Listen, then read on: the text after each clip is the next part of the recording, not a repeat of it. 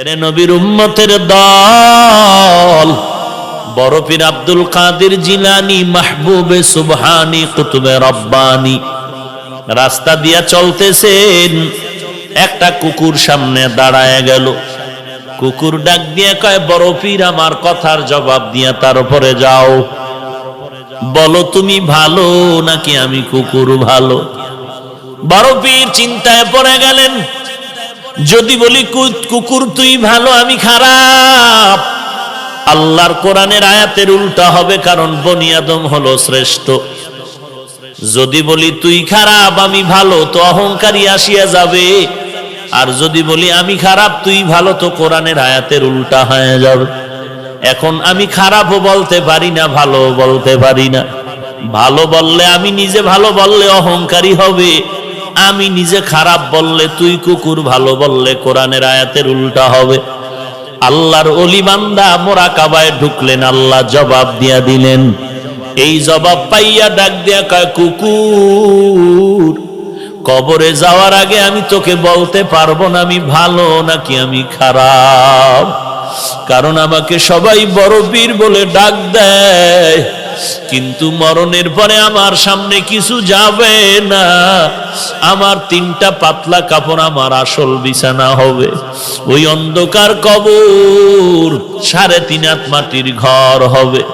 ওই কবরে যাওয়ার পরে সাথী নাই, বাতি নাই। আল্লাহ পাকের 2 জন ফেরেশতা প্রশ্ন করার জন্য আসবে। আসার পরে 1 নাম্বার প্রশ্ন, রবের পরিচয় দাও। 2 নাম্বার প্রশ্ন হবে তুমি ধর্মের পরিচয় দাও। 3 নাম্বার প্রশ্ন হবে তুমি রাহমাতুল লিল আলামিনের পরিচয় দাও। যদি আল্লাহর শুকর জবাব দিতে পারি, তাহলে আমি তখন তোমাকে বলতে পারবো আমি আব্দুল কাদের জিলানী ভালো, তুই কুকুর বড় খারাপ। আর যদি ওই প্রশ্নের জবাব দিতে না পারি, তখন আমার কবর হয়ে যাবে জাহান্নামের আগুন। 1টা নয়, 2টা নয়, 70 থেকে 99টা সাপ কবর ভরে যাবে। 2 পার্শ্বের মাটির চাপ। তখন আমি জবাব দিয়া বলতে পারবো, কুকুর তুই ভালো, আমি মানুষেও ভালো হতে পারলাম না, কারণ আমার কবরের মধ্যে আগুন জ্বলে, আমার আযাব হচ্ছে, তোর কোনো আযাব নাই। আমি কবরে যাওয়ার আগে তোকে জবাব দিতে। জিলানী ডাক দিয়া কয়, ও দুনিয়ার মানুষ, মরণের আগে কবরে গিয়া নাজাত না পাওয়ার আগ পর্যন্ত নিজেকে ভালো মনে করার উপায় নাই। আমারে মাওলানা না বললে মনে কষ্ট পাই, আমারে আন্তর্জাতিক মুফাসসির না বললে কষ্ট পাই, আমাকে হাজী সাহেব না বললে কষ্ট পাই, আমাকে খতিব সাহেব না বললে বড় কষ্ট পাই। আমি প্রিন্সিপাল, আমি মুফতি সাহেব, আমি মুহাদ্দিস, এটা দাবি করে কত গর্ববোধ করি, কত অহংকার। কিন্তু কবরে গিয়া যদি নাজাত না পাই, আমার মাওলানাগিরি, মুফতিগিরি টাইটেলে আমার কোনো কাজ আসবে না। আর আমার টাইটেল লাগবে না যদি কবরে গিয়া আমলের কারণে আল্লাহ মাফ করে দেয়। আমি মাওলানা হওয়ারও দরকার নাই, মুফাসসির মুহাদ্দিস হওয়ারও দরকার নাই। আমার মতো ভালো জমিনে দুনিয়ায় আর কেউ হতে পারবে না। এরে নবীর উম্মতের দল, দিল্লি শাহী জামে মসজিদের মধ্যে খতিব হলেন শাহ ওলিউল্লাহ মুহাদ্দিসে দেহলভী রহমাতুল্লাহ আলাইহি। জুমার নামাজের খুতবায় যখন দাঁড়ায়, রুমাল দিয়া চেহারাটা ঢাকিয়া দাঁড়ায়।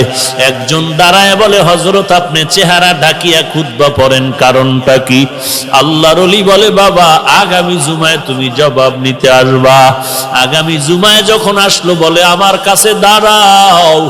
আল্লাহর ওলি শাহ ওলিউল্লাহ মুহাদ্দিস তার রুমালটা ওই প্রশ্নকারীর মাথায় দিলেন। প্রশ্নকারী একটা চিৎকার দিয়া বেহুশ হয়ে জমিনে পড়ে গেল।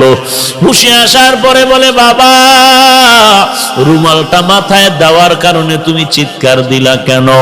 ওই লোকটা বলে, আল্লাহর কসম, আপনার রুমাল আমার মাথায় দেওয়ার পর দিল্লির বিশাল শহরে তাকায়া দেখলাম লক্ষ লক্ষ মানুষের মধ্যে কোনো মানুষ নাই। মাঝে মাঝে 2-1টা মানুষ দেখা যায়, আর বেশিরভাগ দেখা যায় কুকুর কুকুর আর বানরের সুরতে। গর্ব সুরত আদমি ইনসাবুদে আহমদ ভু জাহলো হামেক সাবুদে আদমিরা আদমিয়ত লাজিমাস ঔদেরা গর্বুনা বাশুদ হি জামাস।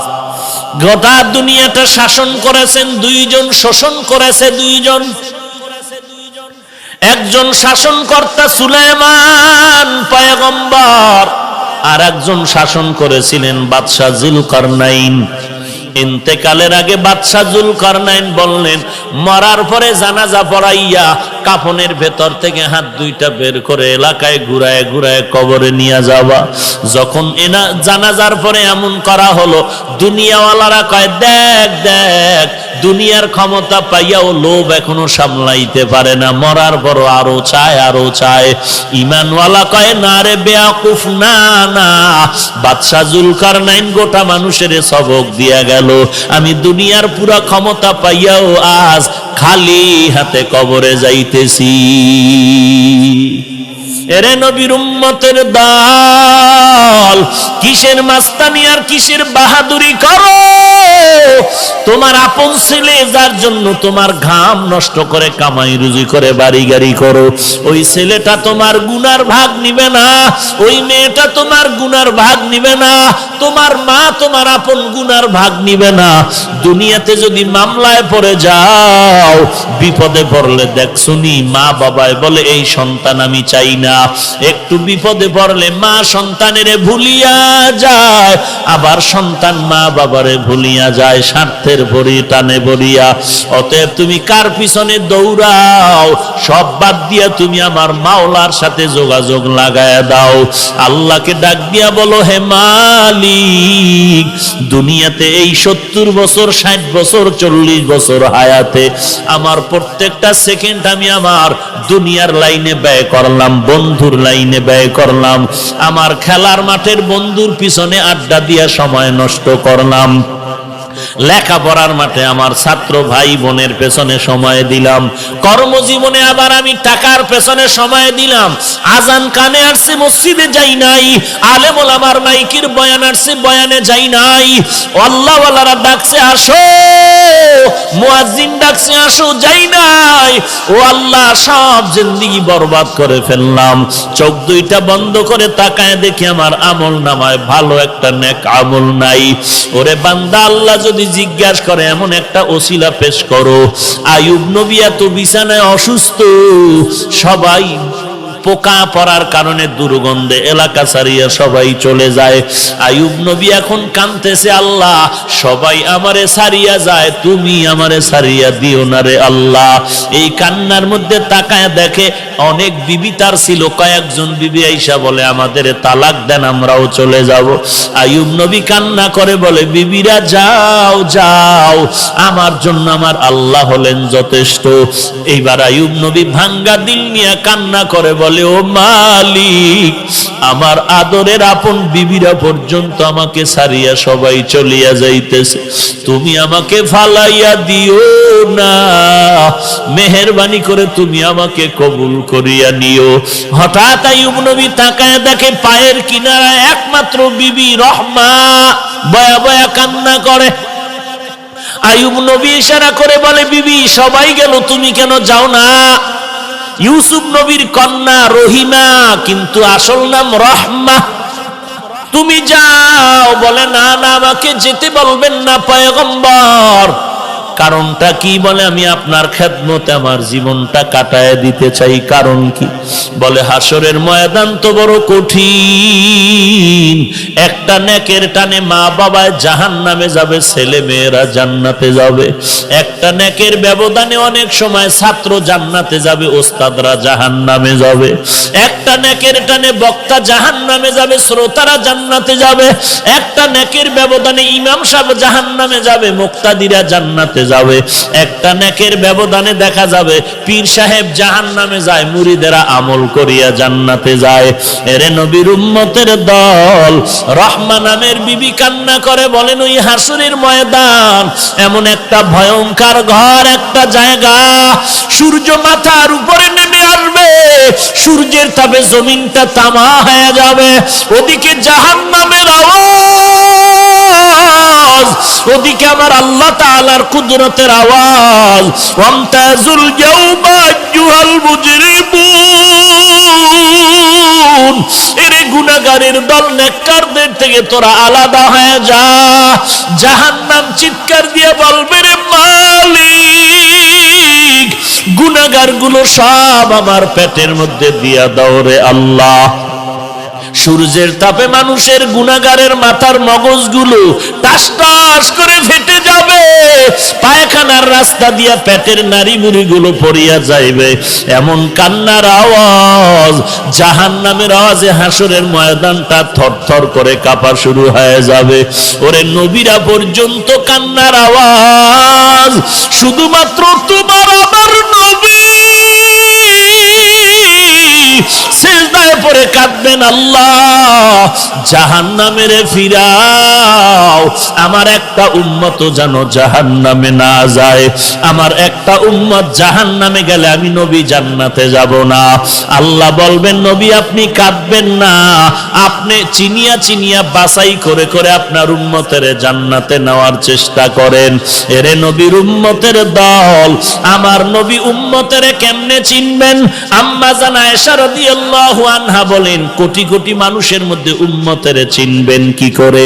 আল্লাহর নবী বলেন, হে আয়েশা, বড় গাভীর পাল, গরুর পাল, বকরির পাল, ওই বকরির পালের মধ্যে যদি কোন বকরির কপালে চাঁদের সাদা চিহ্ন থাকে, এটা চিনা কেমন কঠিন? বলে অনেক সহজ। বলে হাসরের কোটি কোটি মানুষের মধ্যে আমার যারা আসল উম্মত, ওযু বানাইয়া 5 বেলার নামাজ পড়বে, আমি নবী তাকায় দেখব ওযুর অঙ্গগুলো তাদের নূরের আলোতে ঝলমল ঝলমল করতে থাকবে। আমি নবী বাছাই করে করে জান্নাতের ময়দানে নিয়ে যাব। রহিমা কান্না করে বলে, পয়গম্বর, হাসরের দিন যদি আল্লাহ আমি রহিমাকে ডাকিয়া বলে, এমন কোন আমল নিয়ে আসছো নাকি যাতে করে তোমাকে মাফ করে দিব? ওই দিন যদি আমার কোন আমল না পাই, আমি আল্লাহর কাছে দাঁড়ায় বলবো, হে মালিক, আমি একজন তোমার আদরের নবীর স্ত্রী, তুমি আমাকে উসিলায় মাফ করে দাও। আমার আল্লাহ নবীর মোহাব্বতে আমি রহিমাকেও মাফ করে দিতে পারেন। এরে পর্দার আড়ালের মা, আমি হাফিজুর রহমানের মা, তুমিও মা। মনটা কি চায় না একজন আলেমের মা হয়ে কবরে যাও, একজন হাফেজে কোরআনের মা হয়ে কবরে যাও। তুমি মরার পরে তোমার সন্তান জানাজা পড়াবে, তুমি মরার পরে তোমার সন্তান কবরে গিয়া কোরআন পড়ে দোয়া করবে। যদি এমনটাই চাও, স্বামীর খেদমত করো, সন্তানের কোরআনওয়ালা বানাও, আল্লাহর মোহাব্বত নিয়ে পর্দা করে চলো, আর আল্লাহর কাছে চোখের পানি ছেড়ে কান্না করো, আল্লাহ এমন সন্তানের মা বাবা বানায় দাও যেই সন্তান আমি মরার পরে জানাজার ইমাম হতে পারে। এরে যুবক, আল্লাহর কাছে তওবা কর। যৌবনের 3 ভাগের 2 ভাগ গুনাহের কাজে ব্যয় করছো, আর কয়দিন বাহাদুরি করবি? এখান থেকে ঘর পর্যন্ত যাওয়ার গ্যারান্টি তোর হাতের মধ্যে নাই। এরে যুবক, আমিও তো তোর মতো একটা যুবক সন্তান, তোর ডানে বামে তাকায়া দেখ, তোর মতো যুবক স্কুল কলেজে পড়ে নামাজ বাদ দেয় না, তুই কেন পারো না? তোর মতো যুবক র্যাব আর্মি পুলিশ বিডিআর চাকরি করে নামাজ বাদ দেয় না, তুমি কেন পারো না? তোমার মতো যুবক তাকায়া দেখো, কৃষি কাজ করে, নদীতে কাজ করে, শ্রমিকের কাজ করে, নামাজ বাদ দেয় না, তুমি কেন পারো না? কয়দিন আর গুনার কাজ করবি রে বাবা? জাহান্নামের আগুন কি সহ্য করতে পারবি? আল্লাহর কোরআনটাকে তুই কি মিথ্যা মনে করেছো? নবীর হাদিস কি মিথ্যা মনে করেছ? আল্লাহর কোরআনের আওয়াজ এক জাররা পরিমাণ গুনাহ নিয়ে যদি কবরে যাও, ওই কবরের দুই পার্শ্বের মাটির চাপ পাজরের হাড় চুরমার হয়ে যাবে, সহ্য করতে পারবি না রে আল্লাহর বান্দা। তওবা কর, আল্লাহর কাছে কান্না কর, ও আল্লাহ জীবনে আর কোনোদিন নামাজ ছাড়ব না, বেপরদায় চলবো না, আর কোনোদিন মা বাবার সাথে বেয়াদবি করব না, আলেম ওলামাদের সাথে বেয়াদবি করব না, আর কোনোদিন দেশের বিরুদ্ধে জাতির বিরুদ্ধে ষড়যন্ত্র করব না, সহিভাবে কোরআন পড়ে নামাজ পড়ব, নবীর তরিকায় চলবো। তওবা করার যদি নিয়ত হয়, খাঁটি তওবার নিয়তে দুটো হাত আমার আল্লাহকে দেখায়া দাও। আয় আল্লাহ সবার হাত কবুল করে নেন, তওবা কবুল করে নেন, তওবার উপরে মজবুত হয়ে চলার তৌফিক দান করেন, আমিন। ইয়া আইয়ুহাল্লাযীনা আমানুস্তাঈনু বিস-সাবরি ওয়াস-সালাহ ইন্নাল্লাহা মা'আস-সাবিরিন। আল্লাহ বলেন আমার কাছেই চাও দুইটা জিনিসের মাধ্যমে, এক নম্বরে ধৈর্য, দুই নম্বরে নামাজ। আজ মুসলমানের মাঝে ধৈর্য নাই, নামাজেরও কোনো খবর নাই। ধৈর্যের পাহাড় গড়েছেন আল্লাহর নবী, সাহাবায়ে কেরাম। ধৈর্য এমন দামি একটি সম্পদ, আল্লাহ পাক বলেন কিয়ামতের ময়দানে ধৈর্য ধারণকারীকে আমি আল্লাহ বিনা হিসাবে জান্নাত দিয়া দিব। ইন্নামা ইউওয়াফাস সাবিরুনা আজরাহুম বিগাইরি হিসাব।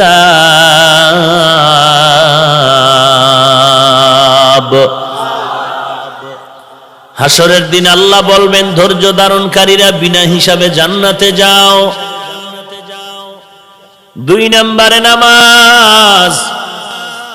এই ময়দানে আপনারা বসে আছেন, একজনকে যদি বলি ভাই তুমি মাজারে চাও কেন, তুমি বলবা আল্লাহর কাছে চাইলাম পাইলাম না। যদি চাওয়ার পেছনে হিসাব নেই, বলো আজকে ফজর পড়ছনি, বলে পড়ি নাই। জহুর পড়ছনি, বলে পড়ি নাই। আসরের নামাজ পড়েছ, বলে পড়ি নাই। মাগরিব পড়েছ, বলে পড়ি নাই। এশার নামাজ পড়ি নাই। সামনে ফজর পড়ব কিনা আল্লাহ ভালো জানেন। আল্লাহ বলেন আমার কাছে চাওয়ার কিছু নিয়ম আছে, নিয়ম ছাড়া দেব না। এরে আল্লাহর গোলাম, এক নম্বরে ধৈর্য, দুই নম্বরে নামাজ। তোমার মধ্যে ধৈর্য নাই, নামাজও নাই, এইভাবে যদি চাও তুমি পাইবা না। ধৈর্য আর নামাজের মাধ্যমে চাইতে দেরি, পাইতে দেরি হবে না। গরতাওয়াকুল নিকুনি হর সুবহ শাম নিরসানাদ রিজকে তু আজলা মাকাম জুজবা হকচি জে মখাজ ইনসো যা ফজলে উ আমস্তে দর জুমলা জাহা। কার কাছে চাইবেন? কয় জিনিসের মাধ্যমে? এক নম্বরে কি? দুই নম্বরে কয়ক্ত নামাজ? সপ্তাহে কয় দিন? হ্যাঁ, এরে নবীর আশিক উম্মতের দল, আজকে তাকায়া দেখো ধৈর্য নাই, নামাজও নাই। যেই লোকটা ফজর পড়ে নাই, জোহর আসর মাগরিব এশা পড়ে নাই, বয়ানের মধ্যে বসলো, আগামীকালকের ফজর পড়বে কিনা তাও সন্দেহ। এই লোকটাকে আল্লাহ কি দিবেন? আল্লাহ বলেন হ্যাঁ, তোর যা প্রয়োজন আমি যতটুকু পারি দিয়ে দিব, কিন্তু হাসরে কিছুই পাবি না। আর যারা আমার ইবাদত ঠিক মতো করবা, আমি আল্লাহ দুনিয়াতে যা দিব বোনাস, আসলটাই দিব আমি হাসরের ময়দানে। ধৈর্যের এত দাম। ইয়া আইয়ুহাল্লাযীনা আমানুসবিরু ওয়া সাবিরু ওয়া রাবিতু ওয়াত্তাকুল্লাহ। ধৈর্য ধারণ করো, ধৈর্য বড় দামি এক সম্পদ। জগৎ বিখ্যাত কুতুবুল আলম আল্লামা শায়েখ শিবলি রহমাতুল্লাহ আলাই রাস্তায় সফরে যাচ্ছেন, এক জায়গায় গিয়ে একটু রেস্ট নিলেন, বিশ্রাম নিলেন, গাছের নিচে বসে। গাছের জবান খুলে গেল, শিবলি তুমি কামেল হয়েছো, মোকাম্মিল হতে পারো নাই। যদি তুমি একজন পরিপূর্ণ আল্লাহর খাস গোলাম হতে চাও, তাহলে তুমি আমার মতো আদর্শওয়ালা হয়ে যাও। কে বলে? গাছ। বলবেন গাছ কেমনে কথা কয়? অসম্ভব জিনিস সম্ভব করার মালিক হলেন আমার আল্লাহ। গাছ কথা বলতে পারে না, কিন্তু আল্লাহ যদি চান, কথা বলেন না কেন? শিশু বাচ্চা কথা বলতে পারে না, তবে আল্লাহ চাইলে, আল্লাহ চাইলে পারে, বান্দা চাইলে পারে না। আল্লাহ পাক গাছের জবান খুলে দিল। শিবলি ডেকে বলে, গাছ তোর মধ্যে এমন কি আদর্শ আছে যেটা আমি গ্রহণ করলে মুকাম্মিল হয়ে যাব? গাছ ডাক দিয়া কয়, শিবলি তাকায় দেখ, আমার পুরা বডির মধ্যে শুধু মাইরের দাগ, বেতের আঘাত, ছুরির আঘাত। যার কোনো কিছু কাম নাই সেও একটা ঢিল মারে আঘাত করে ছুরি দিয়া চামড়া কেটে নিল। এত মার খাওয়ার পর, আমার শরীরের চামড়া কেটে নেওয়ার পর আমি কাউকে কিছু বলি নাই, বরং ধৈর্য ধারণ করে করে করে করে সব মানুষের সামনে আমি ভিটামিন ফল নিয়ে হাজির হয়ে যাই। সব কিছু নিয়ে হাজির হয়ে যায়। শিবলি বলেন, আলহামদুলিল্লাহ, আল্লাহর শুকর, তোমার থেকে আমি একটা সবক নিলাম, ইস্তেকামাত, ধৈর্যের সবক নিলাম। কিন্তু আমার প্রশ্ন, হে গাছ, তোমাকে এত সুন্দর আদর্শ যে আল্লাহ দিলেন, বলো তোমাকে আবার আগুনে কেন পুড়িয়ে ফেলা হয়? তোমাকে লাকড়ি বানায় কেন আগুনে জ্বালায়? গাছ ডাক দিয়া কয়, রে শিবলি, আমার মধ্যে একটা বদ অভ্যাস আছে, জন্মগত বদ অভ্যাস। বলে কি? বলে আমার জন্মলগ্ন থেকে আমি শুধু মাথা উঁচু করে উপরে উঠতে চাই, নত হতে চাই না। এটা কিবির, অহংকার। আমার উপরে কোনো কাপড় ছায়া থাকলে আমি ভেদ করে উপরে যাই। কোন লোহার শিকার ছাদ দিয়ে দিলে আমি বে অন্যদিকে যাই, নত হতে চাই না। আমার এই কিবির আর অহংকার দমন করার জন্য আমার স্থায়ী শাস্তি হলো আগুন। কুতুবুল আলম শিবলি রহমাতুল্লাহ নাই বলেন, গাছ, একটা আদেশ নিলাম, একটা আদর্শ নিলাম, জীবনে ধৈর্য ধারণ করতে হবে, ইস্তেকামাতের উপরে চলতে হবে। 2 নাম্বার আর একটা সবক নিলাম, নিজেকে বড় মনে করা যাবে না, তো আগুনে ভুরতে হবে। কোটি টাকার মালিক দেখো, অভাব হয় না দূর, গরিব ঘুমায় আরাম করে, মনটা বাহাদুর। ফেরাউনের লাশটা দেখো মিশর জাদু ঘরে, খায় না মাটি, পোকা মাছি সবাই ঘৃণা করে। হৃদয় থাকিবে যার নম্রতা সদা, রহমত আসিবে সেথা প্রভুর ওয়াদা। বড়র বড়াই থাকলে দিলে রহমত আসবে না, নিজেকে নিজে ছোট মনে করিও সদা। উঁচু জমিন থেকে পানি নিচু জমিনে যায়, তেমনি খোদার রহমত আসে নম্রতার হৃদয়। ভোগ বিলাসের বাড়ি গাড়ি পরে রবে সব, ভোগ বিলাসের বাড়ি গাড়ি পরে রবে সব। থাকতে সময় স্মরণ করো আল্লাহ আমার রব, থাকতে সময় স্মরণ করো আল্লাহ আমার রব। কে আমার রব? রব মানে কি? শুধু রিজিক দেনেওয়ালা? রব হলেন তিনি সকল মাখলুকতের প্রয়োজনের আয়োজন করেন যিনি, তিনি হলেন রব। কেমন আয়োজন করেন? চাওয়ার আগেই। বান্দা তুই দুনিয়াতে আসার জন্য বলো না আমাকে মানুষের ঘরে পাঠাও, আমি আল্লাহ তোরে চাওয়া ছাড়া মানুষ বানাইছি। হযরত ওমর ফারুক রাদিয়াল্লাহু তাআলা আন একটা বকরির বাচ্চা ধরে বলেন, এরে বকরির বাচ্চা, তোর কপাল কত ভালো, আমি ওমরের কপাল বড় খারাপ। কারণ তোর হিসাব নাই, জান্নাত নাই, জাহান্নাম নাই। বনি আদম তোকে জবাই করে হালাল ভাবে খেয়ে ইবাদত করবে, তুই কাজে লেগে গেলি। আর আমি ওমর যদি জান্নাতের আমল করতে না পারি, আমার মতো খারাপ জমিনে আর কেউ নাই। কিয়ামতের ময়দানে আমি ওমর কোনো কাজে লাগবো না। কিয়ামতের ময়দানে আল্লাহ আমাকে হ্যান্ডকাপ লাগায়া জাহান্নামের ভেতরে নিয়ে যাবেন। আল্লাহর দিকে রুজু হন। যেই আল্লাহ আপনাকে এত নিয়ামত দিলেন, ওই আল্লাহর জিকির, ওই আল্লাহর ফিকির করেন, ওই আল্লাহর দিকে আগান। তিনি আমার আপন, তিনি আমার রব, তিনি আমার সব।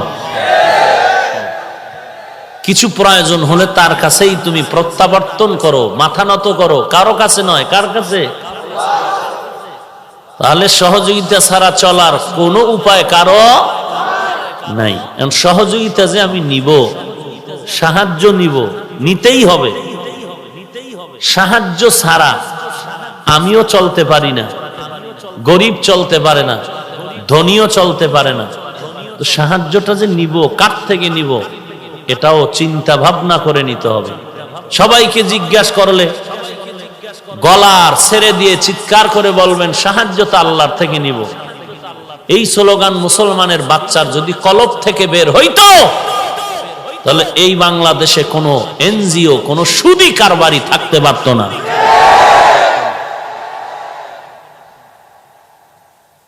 অথচ হাজি সাহেব, গাজী সাহেব ঘরে ঘরে ঘরে ঘরে মাইয়া যতটা ততটা সুদের নাম, ততটা গ্রামীণ ব্যাংকের সাথে নাম, ছেলে মেয়ে যতটা আছে একটার নামে এক একটার নামে লোন, প্রত্যেকটা মেয়ের নামে লোন, ছেলের নামে লোন, যার পাও নাই হাত নাই এর নামে লোন।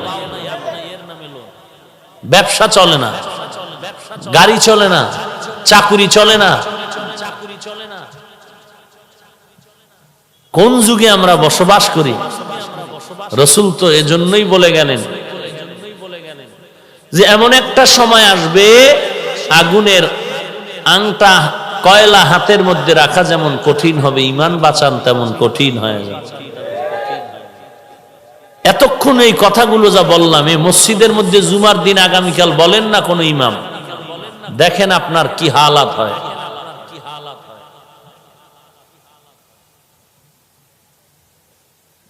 এক জুমায় সুদের বিরুদ্ধে টাটকা বয়ান করবেন, পরের জুমায় আপনার বয়ান করা কি পরিমাণ আসান হয় না মুশকিল হয়, টের পাবেন।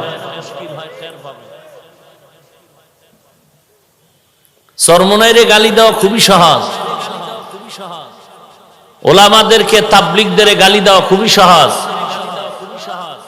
কিন্তু তাবলিগের দ্বারা, চরমনাইয়ের দ্বারা, আহলে হকের দ্বারা তো মানুষের ক্ষতি হয় না, বরং বেনামাজি নামাজি হয়, বেপর্দাওয়ালা পর্দাওয়ালা হয়। কিন্তু যে হাজি সাহেব বাইতুল্লাহ হজ করলো সুদের টাকায়, যেই ঘরের মধ্যে সুদ আছে, ওই সুদখোর ভাই নিজের আপন মায়ের সাথে জিনার গুনায় লিপ্ত। এই বিষয়ে জুমায় বয়ান দেন না, দেখি আপনি কেসা হক কথা বলনেওয়ালা। আপনি চরমনাইয়ের বিরুদ্ধে একটু বলতে পারলে আপনি খুব বাহাবা পাইতেছেন, হ্যাঁ হক কথা বলার মতো বলেছিস। তাবলিগের একটু বিরুদ্ধে বলতে পারলে, হ্যাঁ মুজাহিদ, তোমাকে এখন জিহাদি বলতে হবে, কঠিন মুজাহিদ তুমি, তুমি হক কথা বলনেওয়ালা। জুমার মসজিদে দাঁড়ায় বলো না, বুকের পাটা কেমন তখন দেখা যাক। যে মসজিদের সভাপতি ঠিক মতো নামাজ পড়ে না, বলো না কিছু। সেক্রেটারি নামাজ পড়ে না, সুদের টাকায় ব্যবসা করে, বলো না কিছু। কোরআন হাতে নিয়া তখন টের পাওয়া যাবে তুমি কেসা হক কথা বলনেওয়ালা, কেমন জেহাদি, তখন টের পাওয়া যাবে। আল্লাহ সব ভাইকে হেদায়েত দান করুন। এত কিছু বলার মাকসাদ কি? একটাই মাকসাদ, আমরা জাহান্নাম থেকে বাঁচতে চাই। সাহায্য ছাড়া চলার কারো কোনো উপায় নাই। এখন সাহায্য যার থেকে আমরা নিব তার মধ্যে দেখতে হবে তিনটা দুর্বলতা যেন না থাকে। এক নম্বরে পিছুটান থাকা যাবে না, দুই নম্বরে অভাব থাকা যাবে না, তিন নাম্বার হলো তার কোনো স্বার্থ থাকা যাবে না। এবার গভীরভাবে তালাশ করুন, গোটা জগৎ ঘুরে একটা মানুষ পান কিনা যার কোনো পিছু টান নাই। একটা মানুষও পাবেন না যার পিছু টান নাই। ছেলে পেছনে টানে, মেয়ে পেছনে টানে, স্ত্রী পেছনে টানে, কাপড় দাও, টাকা দাও, পয়সা দাও, ঘর দাও, বাড়ি দাও। এবার অভাব, কি পরিমাণ অভাব! যে যত বড় লোক সে তত অভাবী। গরিবের অভাব 100 টাকায় সমাধান হয়, বড় লোকের অভাব লক্ষ টাকায় সমাধান হয় না। অভাবটা কি পরিমাণ! পারস্যের কবি আল্লামা শায়েখ সাদি রহমাতুল্লাহ আলাইহি বলেন, মানুষের পেটের ক্ষুধা নিবারণ হলো, চোখের ক্ষুধা নিবারণ হয় না। খেরের ঘরে বয়া কানতেছে, টিনের ঘর হলে কতই না আরাম। টিনের ঘরওয়ালা কানতেছে, বিল্ডিং হলে কতই না আরাম। বিল্ডিং ওয়ালা কানতেছে, 5 তলা হলেই না কত আরাম। 5 তলাওয়ালা কানতেছে, 10 তলাওয়ালা 10 তলার বিল্ডিং হলে কিনা আরাম। এইভাবে গোটা জগৎ যদি কাউকে দেওয়া হয়, তারপর বলবে আর এক দুনিয়া পাইলে কতই না মাস্তানি করা যেত। পেটের ক্ষুধা নিবারণ হলো, চোখের ক্ষুধা নিবারণ হয় না। সব মানুষ অভাবী, যে কারণে মানুষ কেউ খাবে কেউ খাবে না স্লোগান দেয় ঠিক, নিজের খানাটাই খায়, অন্যের খবর নেয় না। কেন? অভাব, অভাব, অভাব। গরিব যেই পরিমাণ অভাব, তার থেকে বড় লোকের আরো অভাব। 3 নাম্বার, যার স্বার্থ নাই। গোটা জগতে একটা লোক খুঁজে পাবেন না স্বার্থ নাই। পীর বলেন, ফকির বলেন, দরবেশ বলেন, কুতুব বলেন, আলেম বলেন, আওয়াম বলেন, শিক্ষিত অশিক্ষিত, স্বার্থ ছাড়া কেউ নাই। মুরিদেরটা খাইয়া পীর সাহেব নিজের পেট মোবারক তিমি মাছ বানিয়ে ফেলেছে। কাটটা খাইছে? মুরিদেরটা খাইয়া নিজের পেট মোবারক তিমি মাছ। মুরিদেরটা খেয়ে খেয়ে এরপরে অট্টালিকা তৈরি করে। একদল মুরিদের কিছু দেয়, আর একদল মুরিদের তা শুধু খায়। খাওন যেন বন্ধ হয় না যায়, শুধু খাওয়ার লোভে পড়িয়া স্লোগান দিয়া পীর বাবায় বলে, হিন্দু আসো, বৌদ্ধ আসো, খ্রিস্টান আসো, ইহুদি আসো, তোমার ধর্মে থাকো, শুধু আমার কাছে এসে মাথা নত করো, তুই জান্নাত পেয়ে যাও। তাহলে অভাব ছাড়া জমিনে কেউ নাই, পিছুটান ছাড়া কেউ নাই, স্বার্থ ছাড়া। হ্যাঁ, মনে করেছিলাম আম্মাজানের স্বার্থ নাই, আব্বাজানের স্বার্থ নাই, কিন্তু তাকায়া দেখলাম আব্বা আম্মাও স্বার্থের টানে সন্তানকে হত্যা করে ফেলে। সন্তান স্বার্থের টানে মা বাবাকে হত্যা করে, স্ত্রী স্বামীকে হত্যা করে, স্বামী স্ত্রীকে হত্যা করে। এই ঘটনা কি ইন্ডিয়ার খবর? সোনার বাংলার খবর। সোনার বাংলা নাই, রুভার বাংলা হয়ে গেছে। স্বার্থের টানে, অভাবের কারণে। শীতের পোশাক কিনার টাকা নাই, নিজের কত পোশাক। যদি আজ মানুষ একটু স্বার্থ ছাড় দিত, তাহলে সদরঘাটার গুলিস্তানে পোশাক বস্ত্রহীন কোন মানুষ ডাস্টবিনের পাশে পড়ে থাকতো না। গরিব কাতরাচ্ছে, একটা কম্বল নাই, একটা খাতা নাই, শীতের একটা পোশাক কিনতে পারে না। আর এ বসে বসে মদের বোতল নিয়ে আড্ডা দিচ্ছে। কে বলবে এই কথা? প্রশাসন, সরকার থেকে একটাই আওয়াজ, মাদক নির্মূল করো, জঙ্গি দমন করো, সন্ত্রাসী কর্মকাণ্ড বন্ধ করো। কে করবে? যাকে দিয়া ভূত সারামু, তারে যদি ভূতে পায়।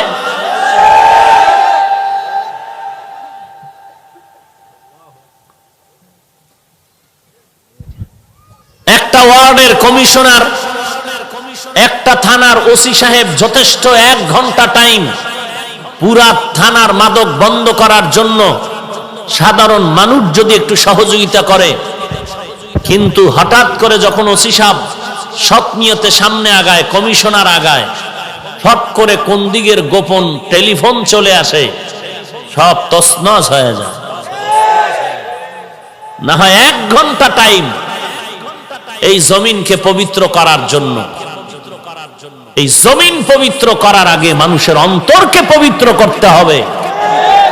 এজন্য দিন বদলের স্লোগান বাদ দিয়া দিন বদলাও, দিন বদলাও, দিন বদলাও স্লোগান বন্ধ করে স্লোগান দিতে হবে দিল বদলাও, দিল বদলাও, দিল বদলাও।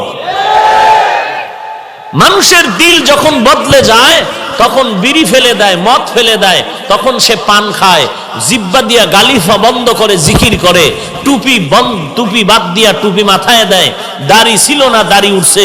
কেন? তার দিন বদলায় স্লোগান লাগে নাই। দিলটা যখন বদলায় গেছে, দিন অটোমেটিক বদলায় গেছে। অতএব দিন বদলের আগে দিল বদলাও। দিল বদলাইলে দিন বদলাবে, দিন বদলালে সমাজ বদলে যাবে। আর এই দিল বদলানোর একমাত্র মেডিসিন কোরআন সুন্নাহর বয়ান। আল্লাহওয়ালাদের সোহবত, আল্লাহওয়ালার সোহবত না থাকার কারণে কোরআন হাদিস পড়িয়েও গোমরা হয়ে যাচ্ছে।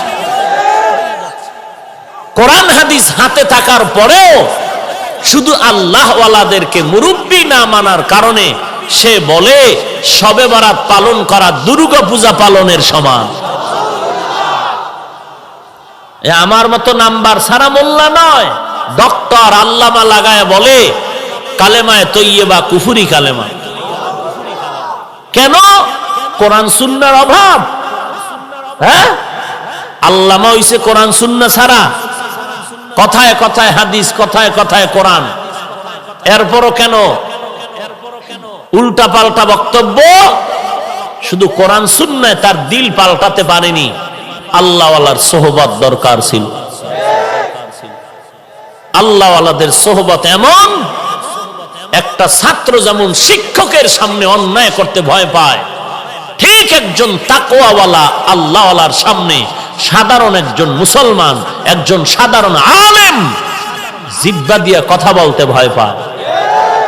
আর এই ভয়টা যখন অন্তরে আসবে তখন সে সঠিক পথে চলা সহজ হয়ে যাবে।